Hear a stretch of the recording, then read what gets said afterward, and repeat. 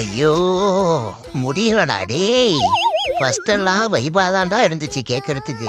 எங்க போனாலும் இதையே கேட்டு கேட்டு இப்பெல்லாம் வாந்தி வர மாதிரி இருக்குடா டேய். ஐயோ அம்மா, நீ அண்ணனையும் பார்க்க வேணாம், ஆயாவையும் பார்க்க வேணாம், கொஞ்ச நேரம் கம்முன்னு இருமா. என்ன பல பண்ணிலா? என்ன இவ்வளவு வெறியாதரா? ஐயோ சீக்கிரம் சமாதானம் படுத்தணுமே. அப்படி கூப்பிடாதான்னு சொல்லி இருக்கல. இல்ல நைட்டு டின்னருக்கு வெளில சாப்பிட போறோமா? மாறன் பரோட்டா கடையா? அதானே.